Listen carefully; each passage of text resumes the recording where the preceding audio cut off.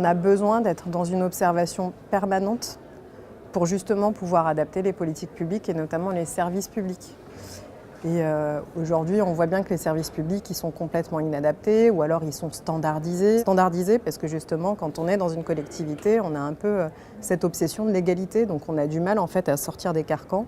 C'est un service pour tout le monde, sans adaptation. Ce qui a été par contre abordé ce matin, c'est aussi la nécessité de considérer justement les individus comme des êtres humains et pas comme des fonctions, ce qu'on a tendance à faire. Donc en fait, on va prendre le prisme des transports, on va se dire, on va regarder les usagers des transports. Donc on va voir comment ils se déplacent tous les jours, ou bien en termes de logement, comment font les individus, ou bien en termes de rapport à la question énergétique ou climatique, quel est leur rapport à ce sujet-là.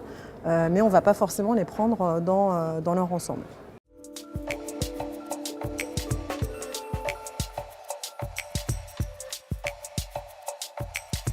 Il y a besoin en fait d'être en lien avec les chercheurs d'une part, parce que quand on est dans une collectivité, on a besoin de ce regard-là, les techniciens d'autre part, et on a besoin, nous, techniciens, de faire évoluer notre culture professionnelle. On ne peut pas s'arrêter à être des exécutants de politiques publiques, il faut aussi qu'on soit des traducteurs des résultats de la recherche, qu'on co-construise ces recherches-là, pour aller vers le troisième acteur qui sont les décideurs. Et aujourd'hui, il y a deux types de décideurs. Il y a les citoyens et les élus, les personnes qui les représentent.